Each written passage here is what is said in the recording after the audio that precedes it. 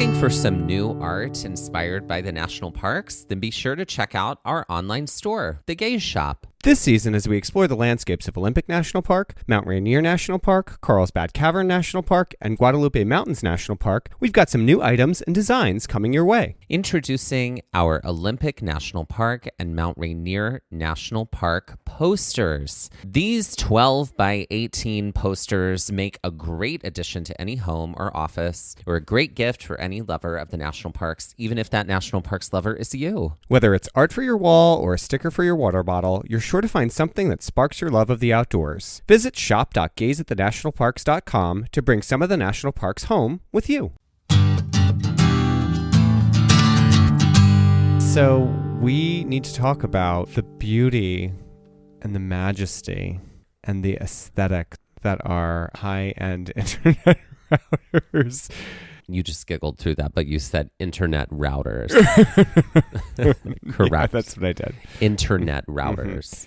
Mm-hmm. Oh, yeah. But quieter, like it's a secret. Internet routers. or like it's a secret that you have to pay for. Like internet routers. Mm-hmm. That's our 900 number right there. Yes, correct. Or internet routers. 1-900 gaze. Routers. Yes, something like that. That's right. That's right.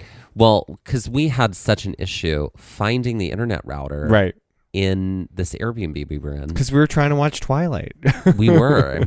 It had to connect to the internet, and we could not find the internet router anywhere. Like there was clear instruction, and it was like it's on the table, and we just were like, no, it's not. It's not. But the internet router ended up being this like, it looked like a strange like sculptural piece. Yeah, like from the year 2150. Oh my God, we almost said the same number. That's wild. It's because of that telepathy that we've got going on. I think so. The telepathy. Yeah. It's true. Yeah, we did find it. It ended up working, but it was right there in front of us the whole time. But I do think it brings up the point of something that is very utilitarian. And people now, or companies like jazzing it up. It's sort of like, well, I mean, here's anything. Here's a tissue box cover for this box of tissues. Yeah, it kind of felt like that. A little bit. It's like collect all the skins for your internet router. You can be Polly Pocket internet router. You can be Strawberry Shortcake. Right. Yeah. That's right. Exactly. Yeah.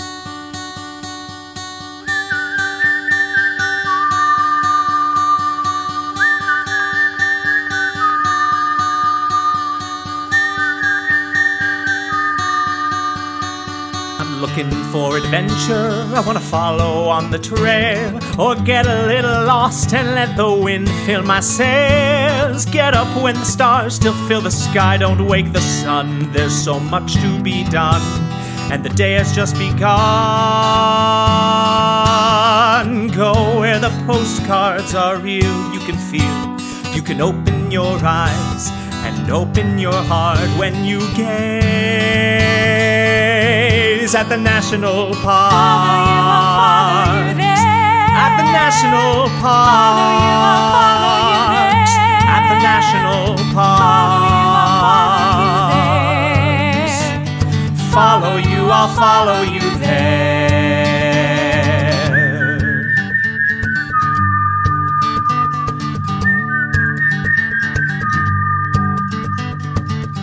We would like to acknowledge that while hiking in the land also known as Olympic National Park, we were on the traditional and stolen land of the Lower Elwha Clallam, Jamestown Skallam, Port Gamble Skallam, Skokomish, Qunault, Ho, Qunault, and Makah people. Previously on Gaze at the National Parks, we hiked Ozette Triangle in episode 129, which was at the end of a very, very, very long day of Ho Rainforest, Rialto Beach, and Ozette Triangle all in the same day. 3 separate episodes, but the same day of hiking. 3 epic areas within Olympic National Park. And we were exhausted post this hiking. Correct. I did that on purpose. We definitely needed to decompress after all of this. And so we had a decently hefty drive back to Forks, and we were both just kind of ready to veg, essentially. We did have to make one final grocery store stop in town to just get some provisions and some snacks. And I think we got a little bit of booze because we were, boozing and having a few laughs. We did. Yeah. We got some Cutwaters. We did. Not as a sponsor. No, not a sponsor at all. We got back to the Airbnb, showered, and we ended up watching the second Twilight film, which again, not our favorite. Not but good. Did we watch it? We did. Yeah, more production value. They had more money. They did. Different director, though, which was interesting because I feel like we deep dove into that, too. I think each of the directors was different in each of those films. Yeah. And we still have the last two. 2.5. Yeah, 2.5 Twilights to watch. Yeah, because the last one is like a double dose. Yeah. And I just don't know how. I know. Yeah. I know. So we did a little cleanup of the Airbnb, made plans for our exit the next day, and we crashed real hard. The next morning we woke up and we got ourselves together. We packed what we needed to and did our final sweep of the Airbnb, kissed our good old beautiful router goodbye, and we hit the road. So part of this day was the fact that we were moving between Olympic National Park and Mount Rainier. And at the end of this, we were going to be meeting up with our dear friend Becky Lomax in Mount Rainier. And we wanted to make the most of our journey that day, mostly because we couldn't check in until later in the afternoon. So we wanted to do a hike. And the hike that seemed to make the most sense to us and was also a part of our journey on the way out was the Qunault Loop. So it was a mostly sunny drive for us this day, which isn't what we were used to here in Olympic, because it was mostly like cloudy and moody and dark. We had to go south from Forks on Highway 101, which took us eventually along the coast, but initially the drive was very heavily laden with trees. There are some scattered trees on the west side of the road, but all you can see is like beaches and a distant stretch from the drive here mostly. After having hiked on 3 beaches in Olympic National Park, it was really cool to be able to see them from a different perspective here. Yeah, I think this drive really allowed us to have that coastal moment as a passenger in a car that we were really only getting from the trails on our feet. So having that above view was really spectacular, to be able to see the coast and to also see the cliffs that we were seeing as we were driving along. This was a beautiful section of road to have to drive. Again, Olympic is heavy driving. We've said it every episode. This being our last, this was no different from moving from Forks to Qunault. It was a decent drive time for us to get there. As we are driving in, we dive back into the lush, beautiful forest. And even though we don't have forests like this back east necessarily, it did feel a little like Maine or somewhere on the Cape. And by that, we mean Cape Cod. There were these really cute standalone gas stations and shops along the route. And this only got more pristine and more bougie along the way. And it started to feel very New England. The area around the Qunault Lodge, which is sort of like a central point here in this area, is essentially the stopping and ending point for the hiking loop. And it feels almost frozen in time in a lot of ways because it's lots of cedar shake, lots of summer camp vibes here, a lot going on. It should be noted that the Qunault Loop is on the Qunault Reservation, and this is sort of exactly where we're at. So we're not technically within the national park, just like when we hiked Mount Eleanor, we weren't. Just like when we hiked Cape Flattery, we weren't. And Shai Beach. But it is, parts of Shai Beach were on Olympic National Park land. But these spaces within the grand scheme of everything are incredibly wonderful spaces that just because they're not a part of the national park, they really are spaces that one should examine and enjoy, especially some of the earlier hikes that we did. Not that Qunault was by any means anything boring or small, but they are really wonderful areas to explore. And sometimes we pigeonhole, I say we as a collective we, ourselves into, we're just going to do what's in the national park. But there's so much out there to really see. And those 4 hikes that I just mentioned really do give such a great round out to what the national park has to offer and really stretches it so you're able to see and experience so much more. So we park in an adjacent lot here next to the inn, and there's a few stores, there's a post office, and there's also a place to rent bikes. But we decide that we're gonna go for a hike, and we're gonna do this loop that is outlined here in a book we were reading. There were signs about for like if you wanted to do some hiking trails. Clearly these hiking trails are like curated for people staying in this area, people passing through this area who just want to get out on foot for a little while and maybe like walk through the woods, see some things, and then, head back to wherever they were. So before we get going, we do snack a little bit here at the car, because what we had realized is that our hiking today truly was going to be like a rest day. It was a travel rest day is what we'll say. So it wasn't a terribly long amount of time for us to be on the trail. So similar to Rialto Beach, we're not going to take our full pack. There's no reason for that. We're going to eat here a little at the car. We're going to drink some water from our Camelback bladders, or our bladders, I should say.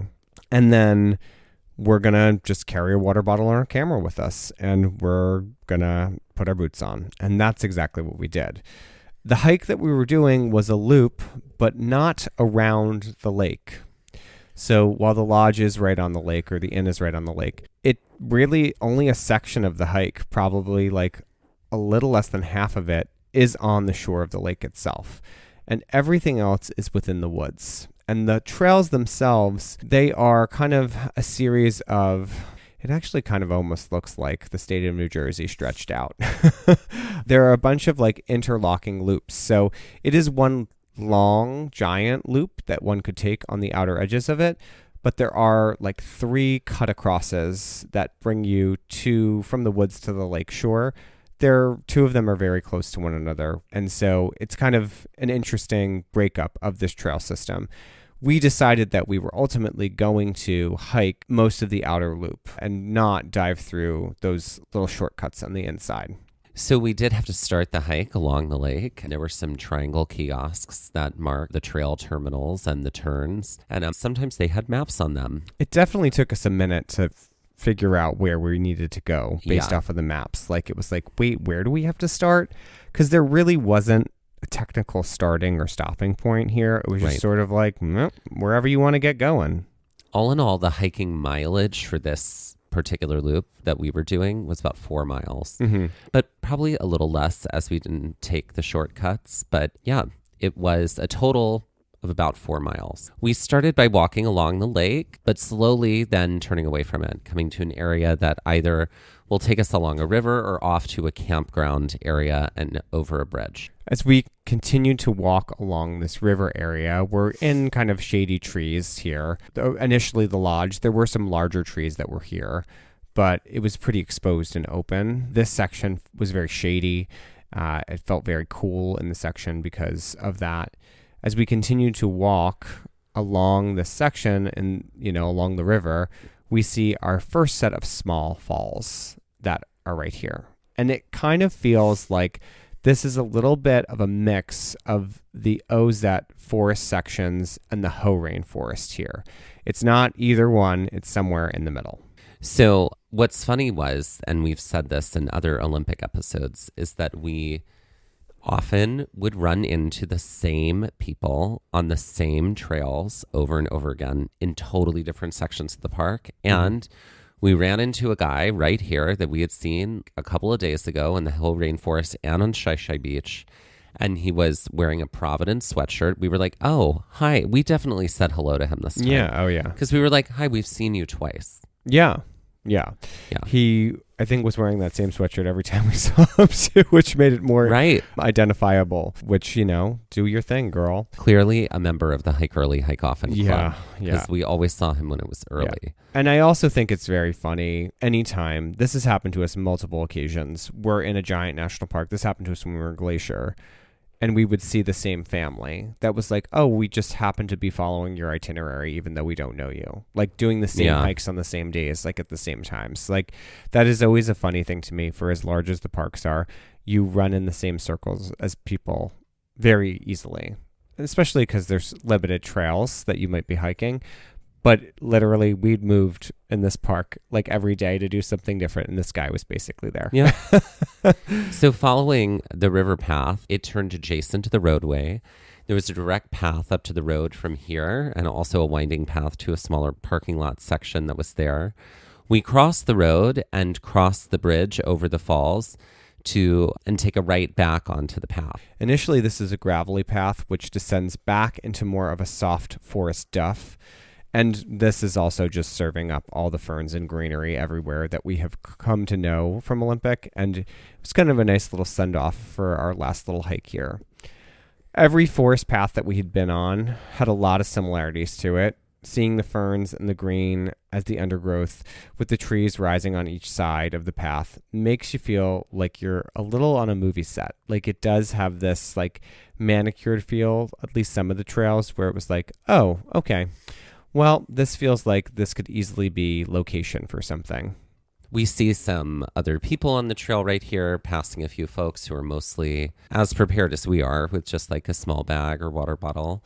And then the path continues to wind through this gorgeous forest. And it was so beautiful and so picturesque and so green.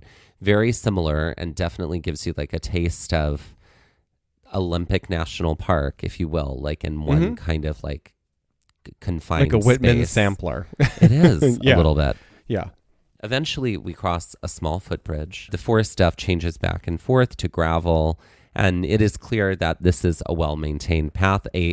I would say even like not curated, what's the word I'm looking for? Manicured path. It's a manicured path here. And we start to gain some elevation here as we get a little bit closer to Cascade Falls. And with that, let's take our first break. We're playing adjective, noun, verb. Mm-hmm. So, all right, here's one I've got for you. An alliterative game. It's an alliterative game.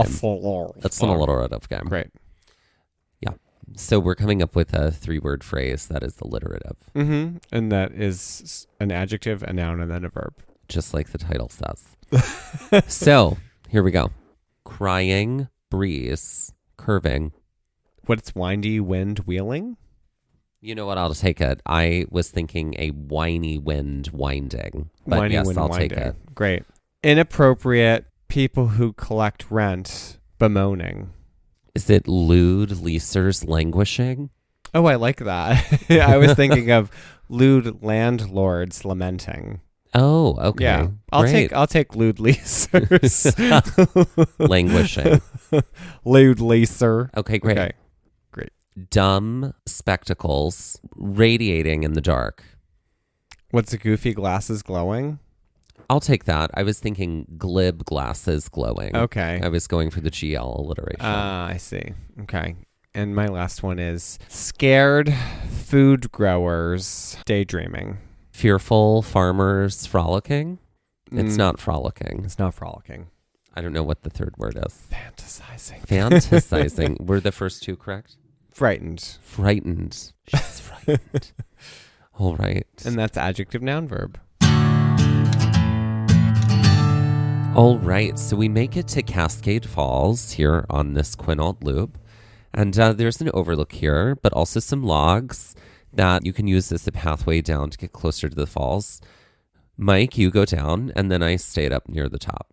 Mm-hmm. Which is usually the way it is. Oh, yeah, there it is. Mm-hmm.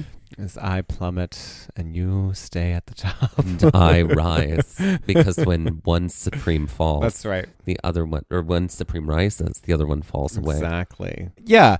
I think you actually did come down the logs a little bit here, but you didn't come all the way down. And the falls here are lovely, but they're not wild by any means. They're a lovely little waterfall to stop at. It's nothing that you have to see, but that's kind of why I wanted to climb down, because it was like you got a better view. From the forest, you sort of like wind up and it's very dense with trees, and then you like cross over the falls. So you're not really seeing them unless you get down to fall level. So we continue to climb a little bit more and continue to trail on through this forested landscape. We do gain some more elevation here, and then we lose a bunch too. And then as we get closer to the lake, it'll flatten out a little bit. Yeah. But that's sort of what we're dealing with back here in the woods. We started chatting a lot about Muppets in films, specifically films of the late 80s, and how much we love them. So this conversation brought us to talking about like scary movies made for kids from the 80s. Right. A la The Labyrinth, a la Dark Crystal, a la Return to Oz. All of those. Yeah. And sort of how movies made for kids in the 80s, they were terrifying. Yeah. Many of them. And like, that's what we grew up on. 'Cause Yeah. it was like this weird, like, time after the Vietnam War where we were all, you know, like Wow, we're really going into film history here. content was really sort of shifting and we were sort of embracing the idea of really dark, sinister themes. And the ennui that we were all feeling. So, I mean, are we wrong? Yeah, and this is why millennials have anxiety now. No shit. No shit. This led us to actually coming up with, we were like, well, if we were to create a story for a film of that genre, what would it be? And we did come up with something, and maybe one day you'll get to know a little bit about it. Yeah. It did shift wildly away from Muppets, though. It did. That was our It did. inciting, incident kind of point. Was Muppets. Was Muppets, but we did shift ourselves away. And this is something we've done before. This is sort of like, we're both tired and we need something to keep us and our minds activated, so we just start developing a story for something. I think we have like 2 or 3 movies we've half written. We do. We Yeah. do. They're more than half, like at least they're fully outlined. I'll say that. We did definitely get a lot of the story outlined here in Olympic, and we have its landscape, specifically the Ozette Triangle. The Ozette Triangle hike for is the definitely inspiration. So continuing along this trail, we cross another bridge. We reach another juncture point here with a triangular board sign. We continue straight after the bridge. If we were to have taken a right, it would have taken us back to the starting point pretty quickly. It was like one of the cut acrosses that I had mentioned previously. Previously. Here on Gaze at the National Parks. That I was like just went Southern Australia to Australia and to New Zealand for a second there. Okay, so previously. a lot of the trails here are narrow with like some heavy growth on the side, and sometimes it made us feel like we were like in a tunnel of growth and vegetation.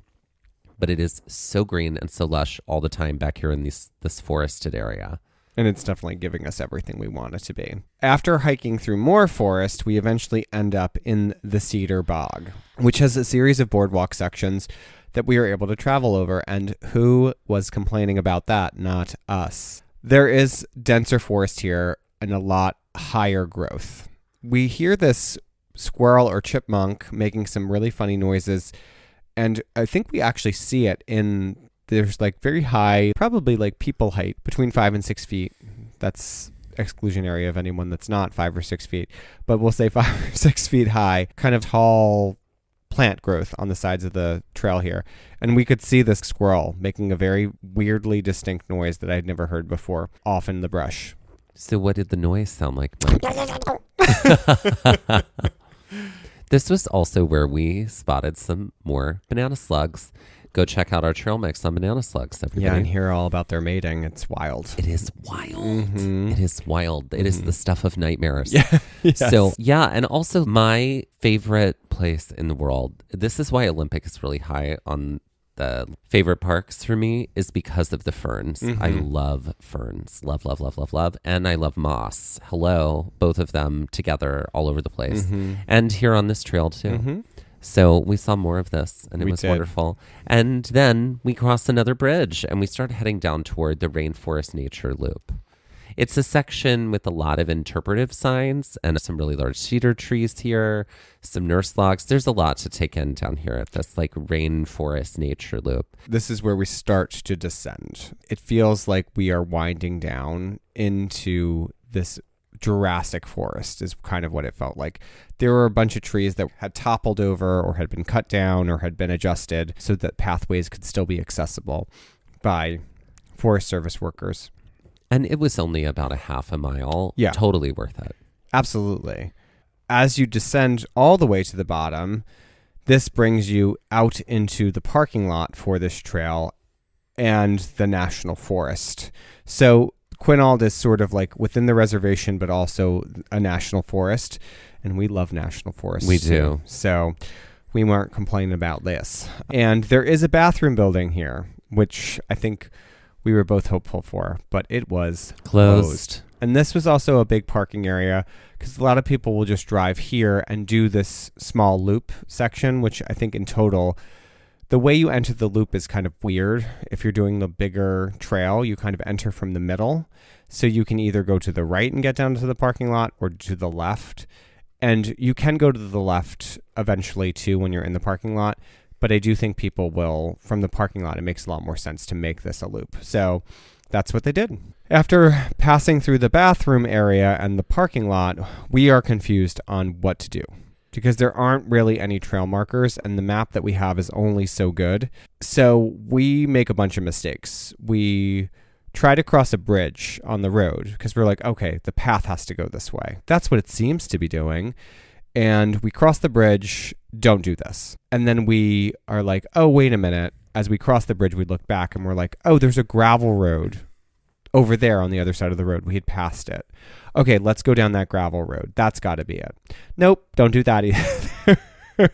And that's just a driveway. That's somebody's driveway. Don't go down there. So we ultimately have to circle back into the parking lot and really kind of search and scour for what our next move is. And with that, let's take our next break.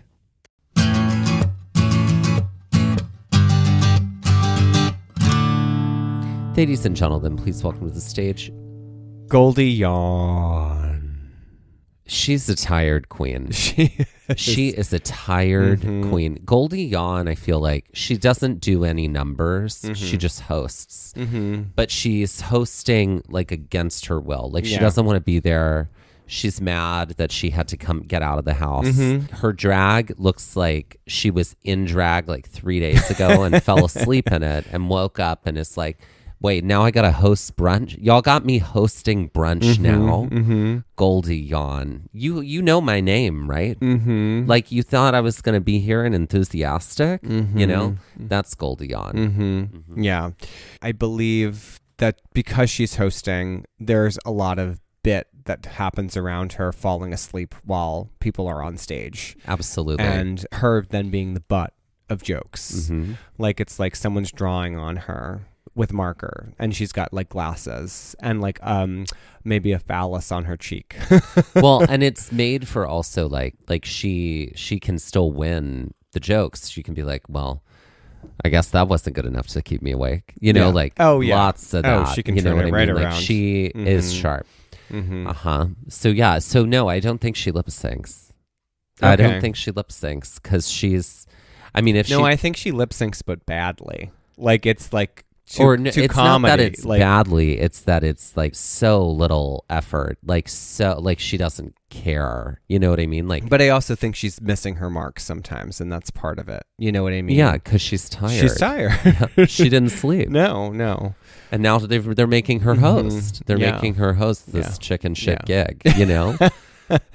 I do feel like she may also have some other looks. Like we might get her in like a bathrobe and curlers. Yeah, like, yeah, totally. Like with a cup of coffee that says "I hate Mondays" on it. You know, right.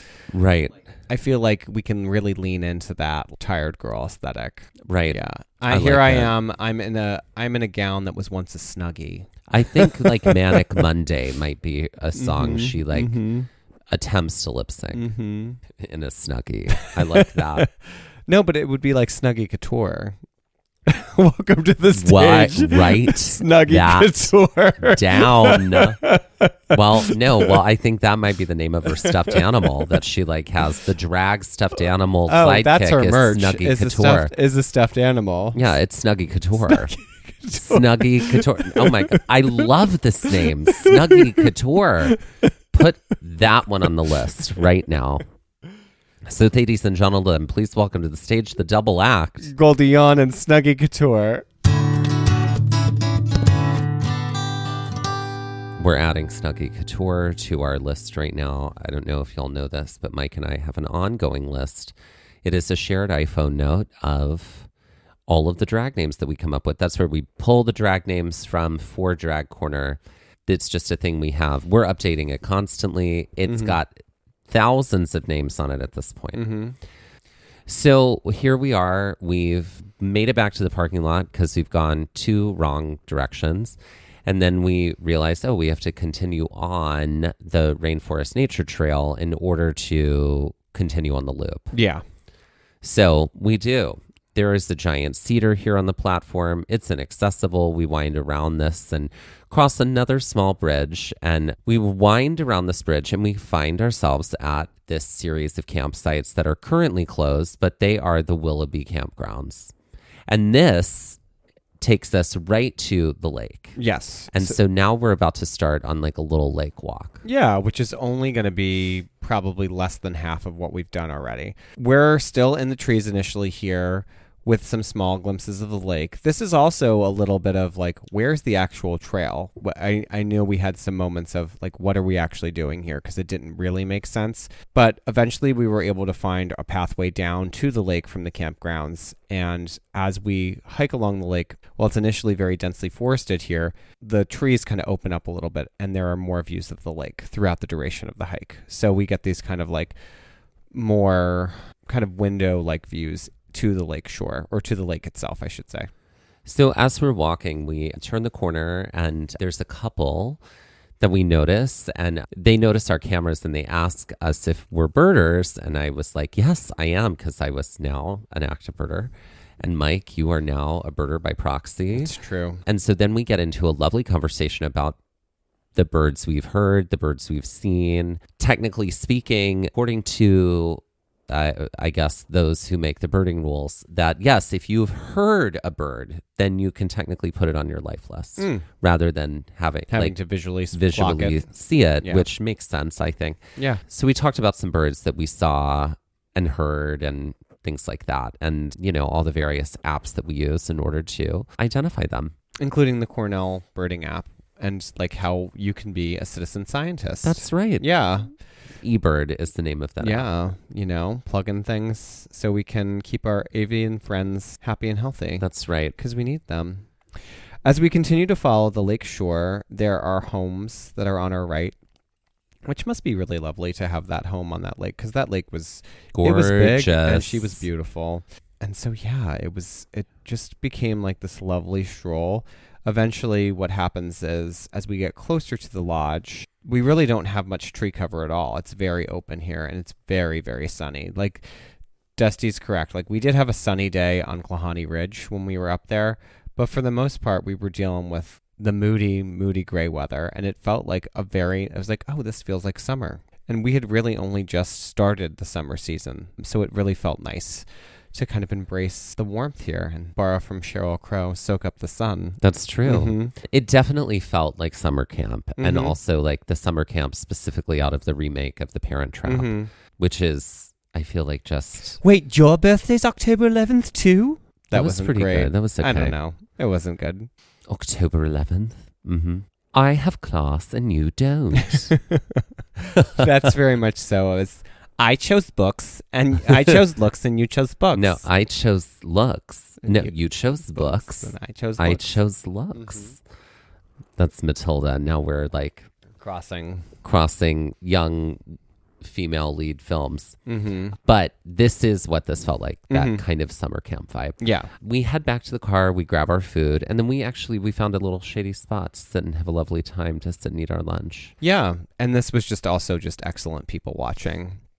Because There there were were people some coming in great and people going watching to the here. lake here. And this was sort of our last little foray into our time in Olympic National Park. Before we headed on down to Mount Rainier.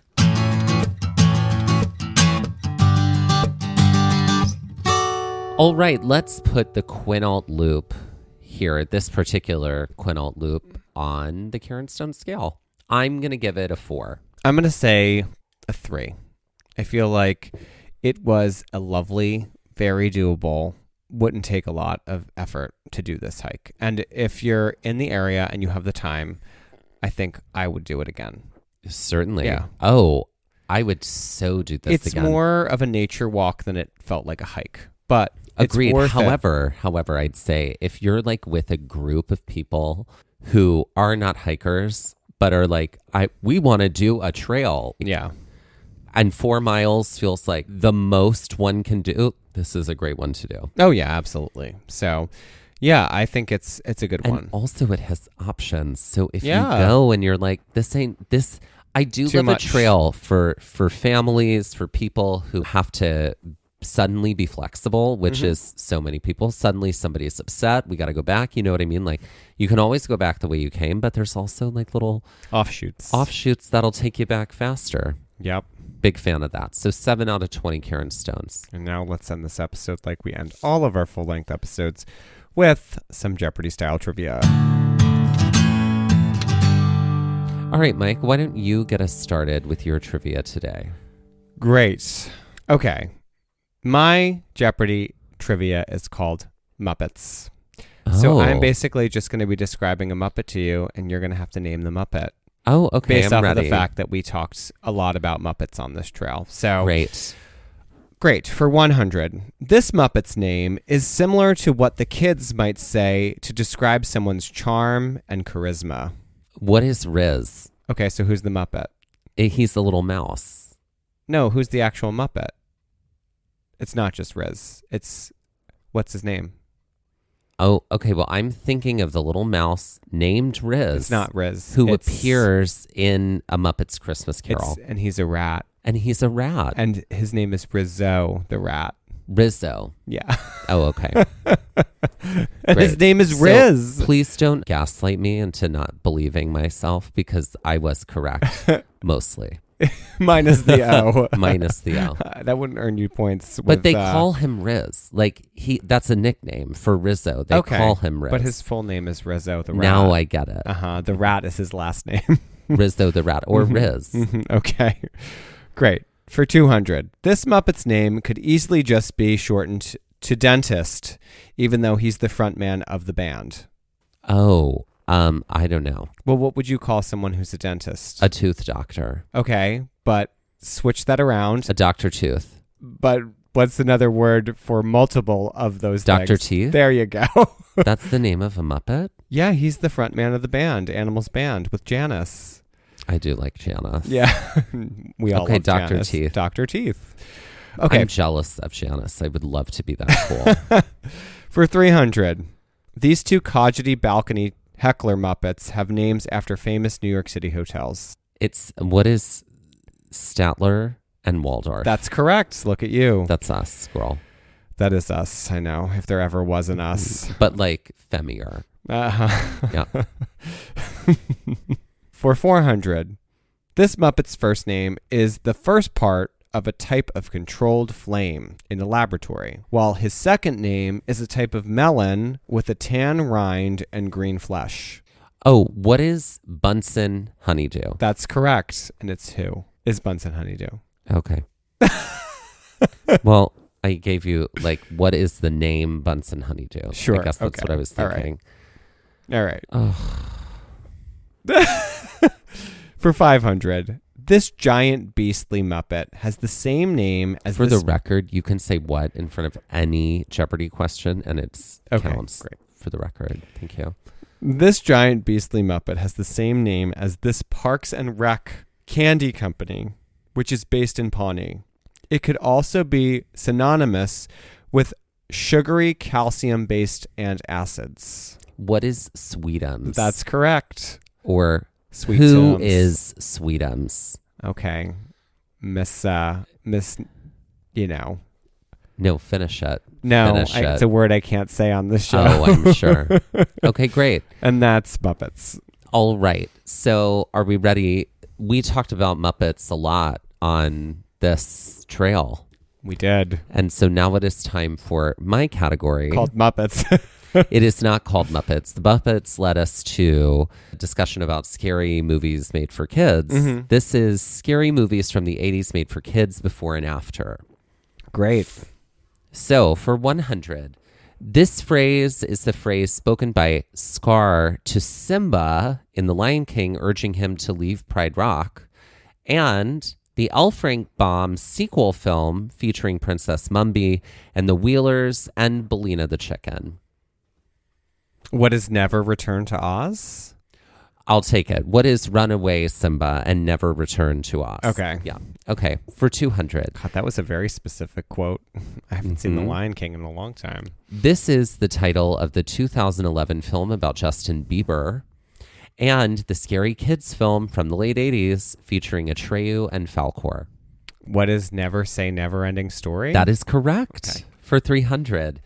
This was the final show on Snick featuring Scary Stories and the puppet film from Jem Henson that is light on plot and like Labyrinth, but not exactly. What is Are You Afraid of the Dark Crystal? That is right. And I am. For 400. It's not a great movie. I beg to differ. I love that movie. Okay. Light on plot, heavy on character. Extremely light on plot. Extremely light on plot. For 400, this terrifying animated 80s kids movie is about the final animal of this magical species and the yellow food you might eat at a barbecue in its natural form. What is The Last Unicorn on the Cob? That is correct. And for 500, this 1978 film about a kid falling asleep for 8 years and then flying a UFO, and the casual name for Southern Florida, particularly the area near swamps. What is Flight of the Navigator Alley? Close. We were looking for what is Flight of the Navigator Country. Gator Country. And there you go. Great.